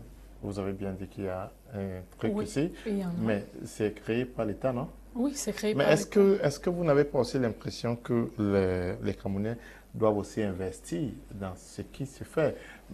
Non pour faire de l'argent, mais parce qu'on veut vraiment aider à réformer nos frères qui sont en prison. Oui, je comprends un peu ce que vous dites, mais vous convenez avec moi que si les Camerounais commencent à s'investir de manière individuelle dans les centres de rééducation, forcément ça aura un coût. Forcément ça aura un coût. Je vous dis, si vous allez à Bamenda, je l'invite même à faire un tour par là. C'est gratuit. C'est ce qu'il est en train de faire. Voilà, c'est gratuit, c'est ouvert et vous êtes accueillis aux frais de... Si vous croyez que ça aura un Par coût, contre, il y a les offres. Non, je vais souligner, oui. voilà, Okay, merci, vous l'aviez dit. Oui. Parfait. Je voulais souligner qu'il y a un autre élément, il y a des orphelinats qui sont accompagnés maintenant par les autorités. Vous avez par exemple Main dans la main ici, qui est de temps en temps... Oui, non, à Bolamoussadi, je crois, face sans publicité, sans papier, juste face à face avec... Il y a un autre ici derrière. Bon, je parle de ceux que je côtoie souvent, que je connais, qui sont généralement accompagnés, en fait, que les maires accompagnent régulièrement. Oui, mais vous parlez toujours de l'État. Je parle des Non, Main dans la main, ce n'est pas l'État. Okay. C'est pas l'État. Oui. C'est une dame qui est entrée dans les œuvres de charité et nous l'avons trouvé tellement intéressant que maintenant, nous là, en fait, les citoyens, les hommes politiques, les élites, comme vous l'aviez souligné, l'accompagnent. Donc nous en avons, il y en a plein ici. Je crois qu'il y a également une autre dame à Koto et une autre au niveau de 14. Oui. Donc il y a des femmes qui sont entrées dans ces œuvres de charité, qui ont construit des espaces de socialisation. Elles récupèrent des enfants, comment on appelle, des orphelins, des enfants de la rue, des enfants qui ont fait la prison et qui ont été rejetés par leur propre famille. Et elle essaye maintenant, quand elle rassemble ces enfants-là, elle demande de l'aide aux populations, aux élites, aux âmes de bonne volonté, et progressivement elle évolue dans ce processus-là. Donc je crois qu'en plus de l'État, des actions de l'État, c'est important que des citoyens qui ont la chance d'avoir un peu de moyens s'investissent dans ce secteur dans ce secteur social. Parce que là, je ne veux pas dire une certaine activité, parce que ça va traduire une génération estimée qui a du bénéfice dans un secteur social pour accompagner, n'est-ce pas, les populations qui sont...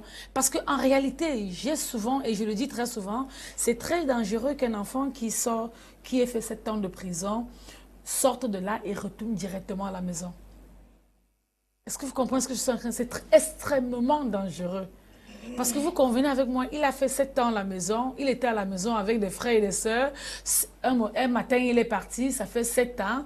Imaginez, qu'est-ce qu'on a dit aux frères? Où est passé tonton, où est passé X, où est passé Y? Et vous voyez, généralement, les parents, parce qu'ils n'acceptent pas la réalité, comme vous l'aviez souligné, arrivent même souvent à dire aux frères et aux sœurs que, par exemple, ce n'est pas le souhait, que Jean ou Paul est mort. Est-ce que vous comprenez ce que je suis en train de dire? C'est-à-dire quand les frères demandent que, mais maman, Paul est où?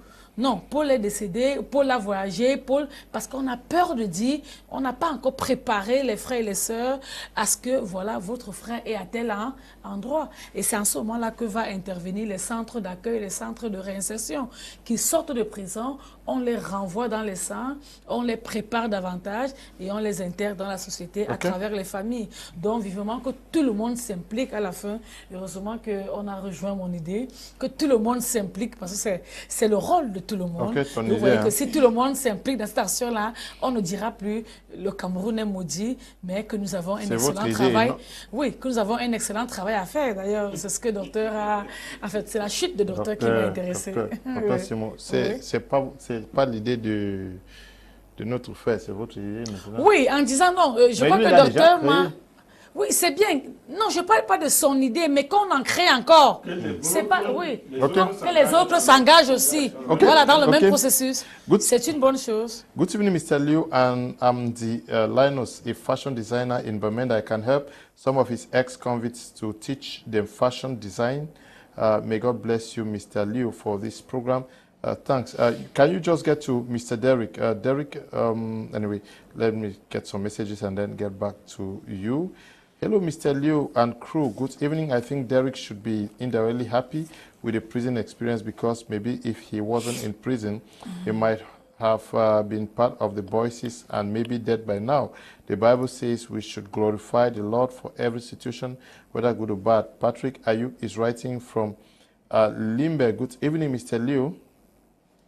I want to correct something a panelist has uttered. St. Paul was not a criminal. There is a difference between someone who kills and a criminal. I love your program. More grace. Innocent is writing from Bamenda. Okay. Good evening, sir. I'm Michael writing from Bamenda.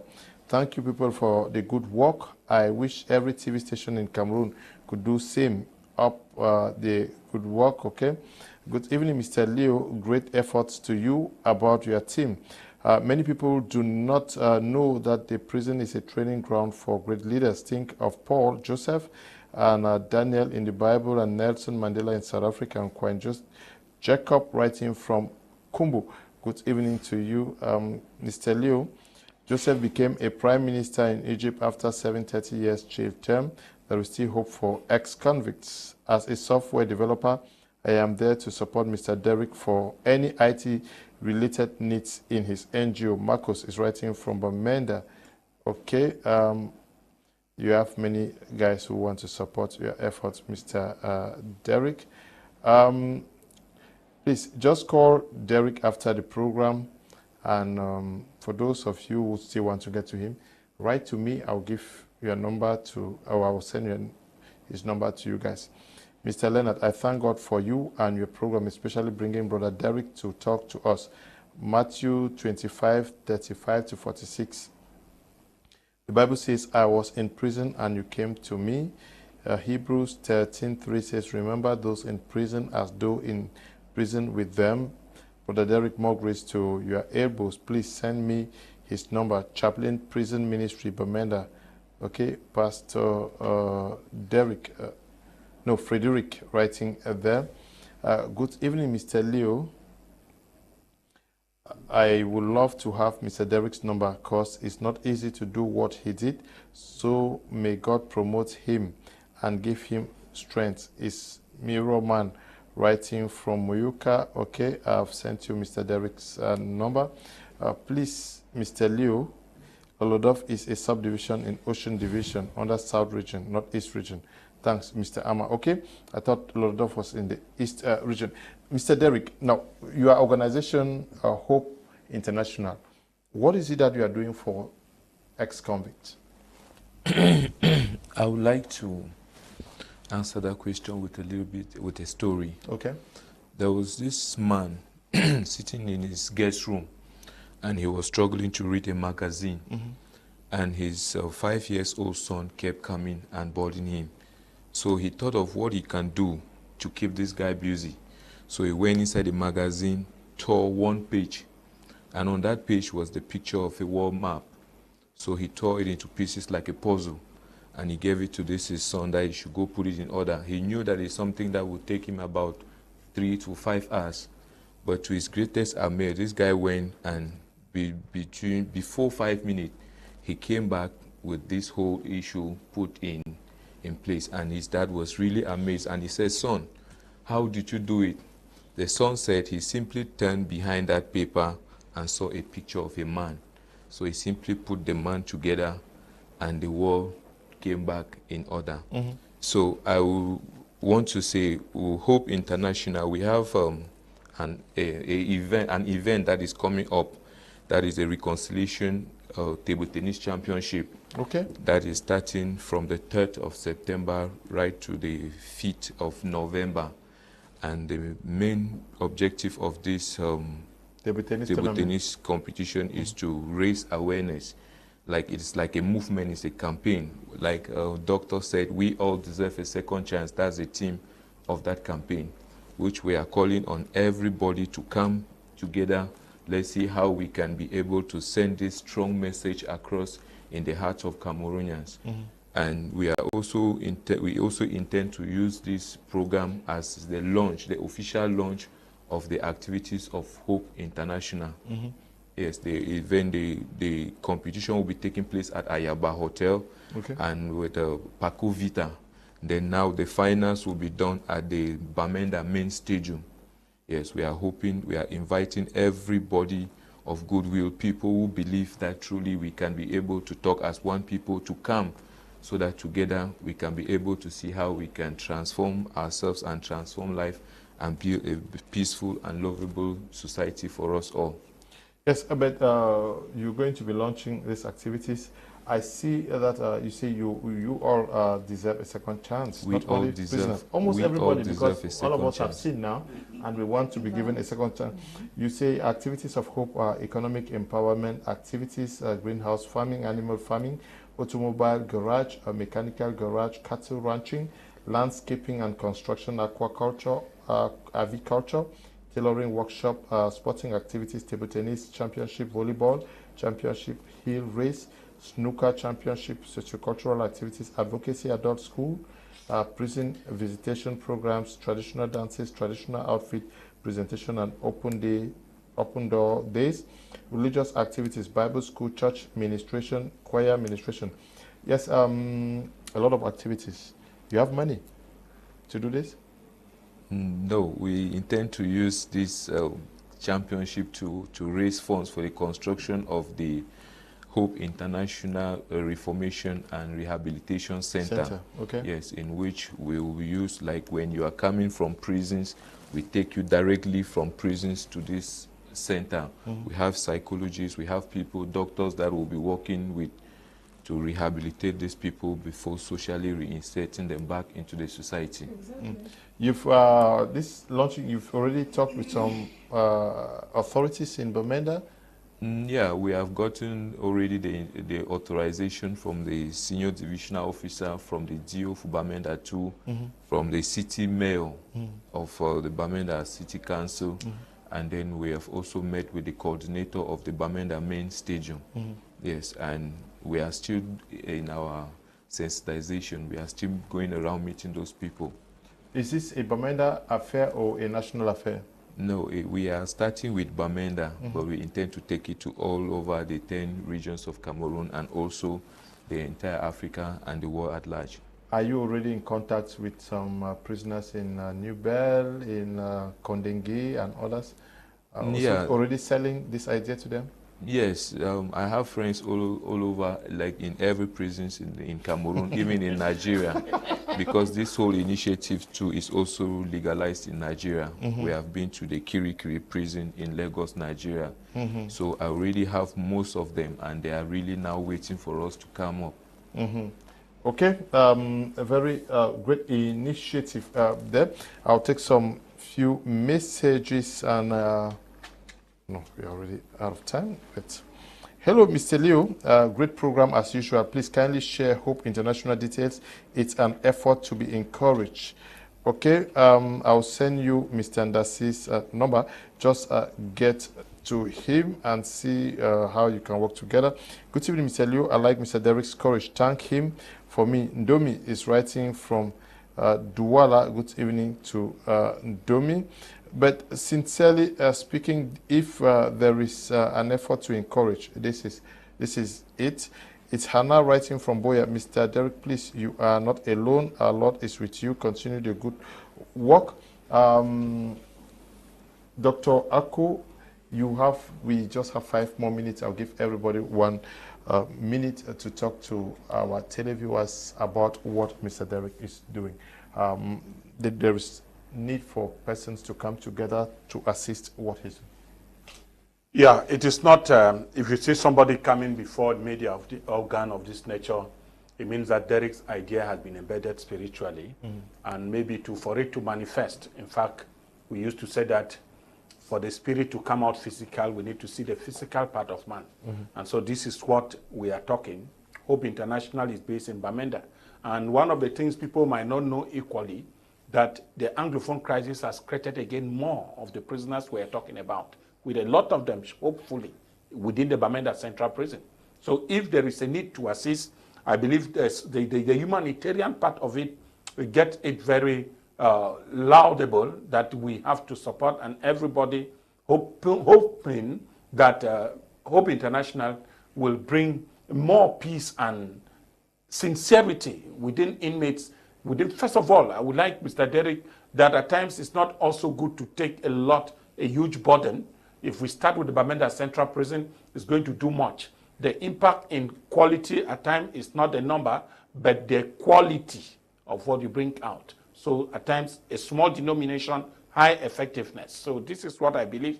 A lot of people, maybe in other places here, should share these pains and equally share in this particular idea. How can we get prisoners contribute positively? Yes, going through my page, I realized that it's like there are equally some penitentiary workers. They are saying that we are talking more of prisoners. What of them?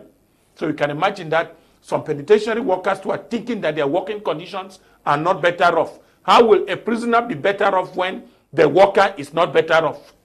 So, which means somewhere that the government of Cameroon, there is something not going well. Meaning, we were taught in labor law that when labor is well paid, the quality of labor is very high. So what of the personnel around the prisoners? We mean the government to give them equal better treatment so that they can equally cater for the future Cameroonians whom we think simply committed a sin which is equally forgiven. And so God said we should forgive more than 77 times. So within it, the Hope Foundation provides the platform presently to which people can access. Anybody through Mr. Leonard, I believe people can get to you and maybe get to Derrick for those who are not in Bamenda, and what more, open more access. For those who are abroad, I know very strongly that there is a humanitarian part most often for those who are in foreign lands, and then they can come to this assistance. It's laudable. Imagine Bamenda hosting one of the greatest or the highest rehabilitation center in West Africa, and that such a structure or facility is based in the Northwest. Everybody, like Mr. Leo said, can benefit from such a facility, meaning we can send children there to learn a trade and come out not necessarily for ex-convict.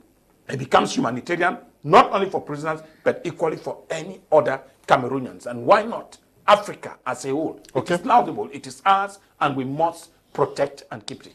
Good evening to you at the studio, Mr. Leo. We have you understand that even those that jail others forget to know, they are criminals. We have many criminals in the government who are just hiding themselves.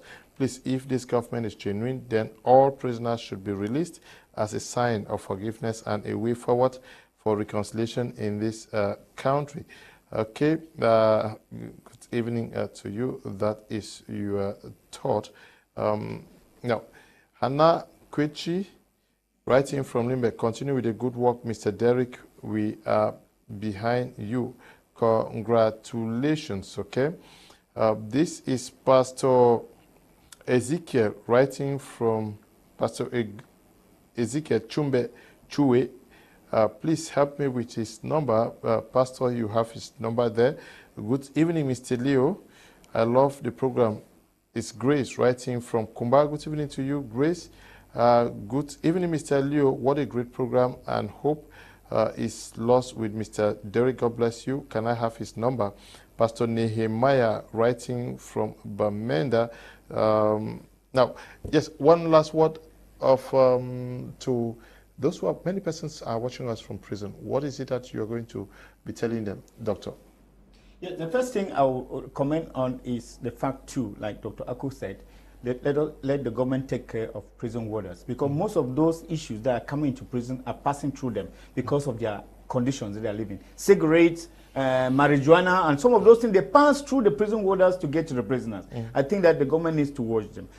Secondly, I would say, let he who has not seen be the first person to throw the stone.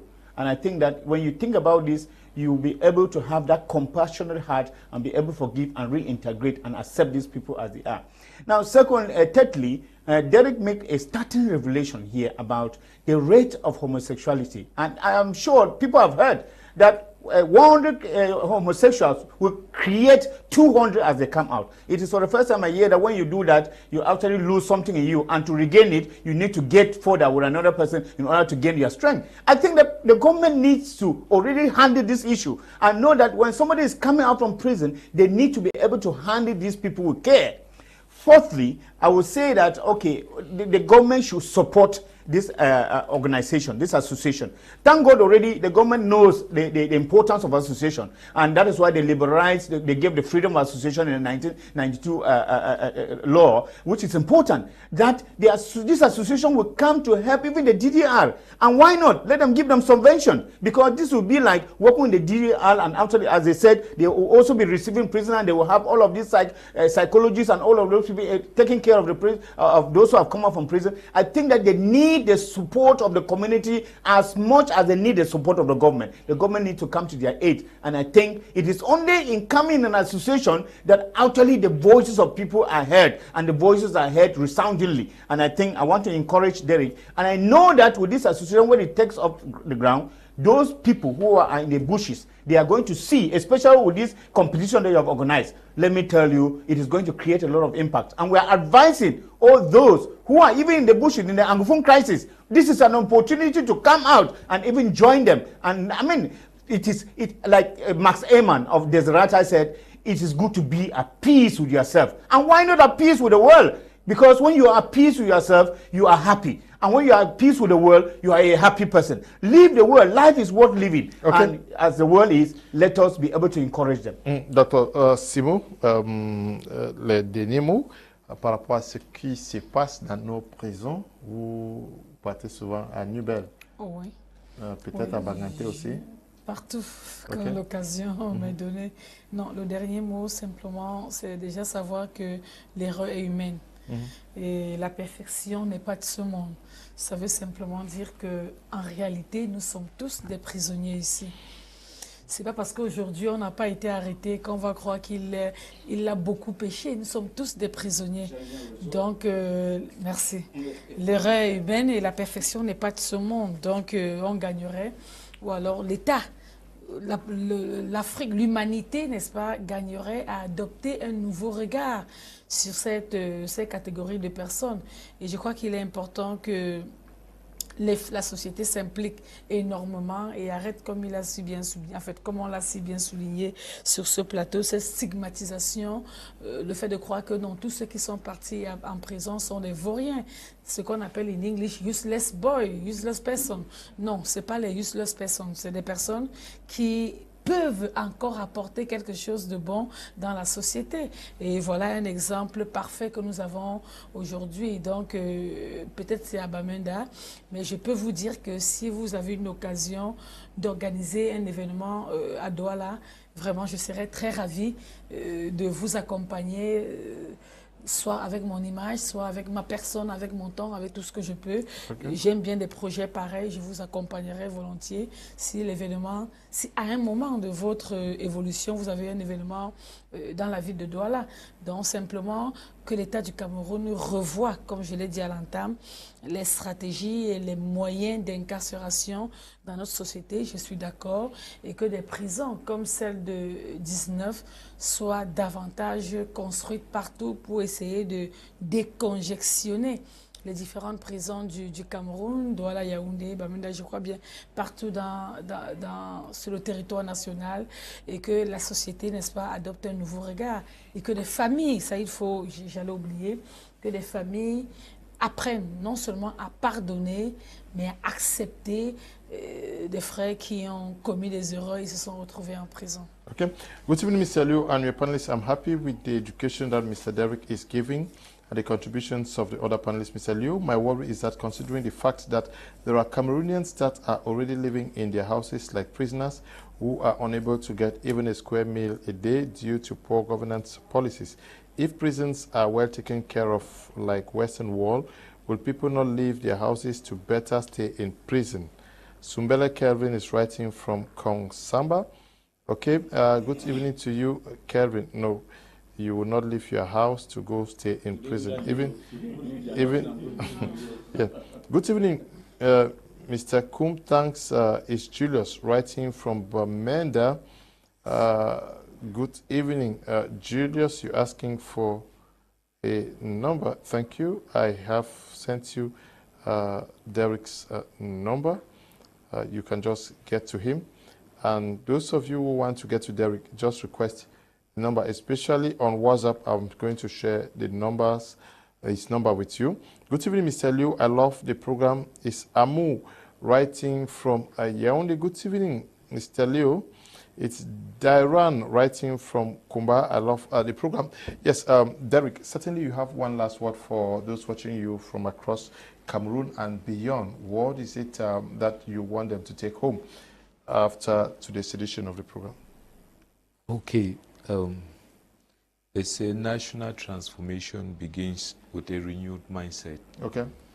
Yeah, we all make mistakes, but it doesn't mean we'll need to live with that mistakes for the rest of our lives. Mm-hmm. So,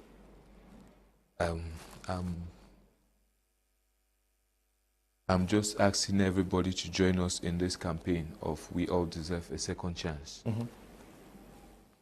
Thank you. Okay. Derrick is inviting us all to join him in this campaign of a second chance. But I think that we're going to have another interview with Derrick to tell us in greater details what he did actually and how it came out. And yes, Derrick, I pray you find chance to come all the way from Bamenda again for another interview. At that time, we're not going to have any other person but just me and you. Talk. We also want to say thank you to all of you who took time off to watch this edition of the program. Thank you to Desmond and Eli for producing the program. Tabi Dambe Bryant, who is supervising the work we are doing out here, we say thank you. And to all of you who have been watching us throughout the week, we say we are so grateful. Stay blessed. Bye-bye.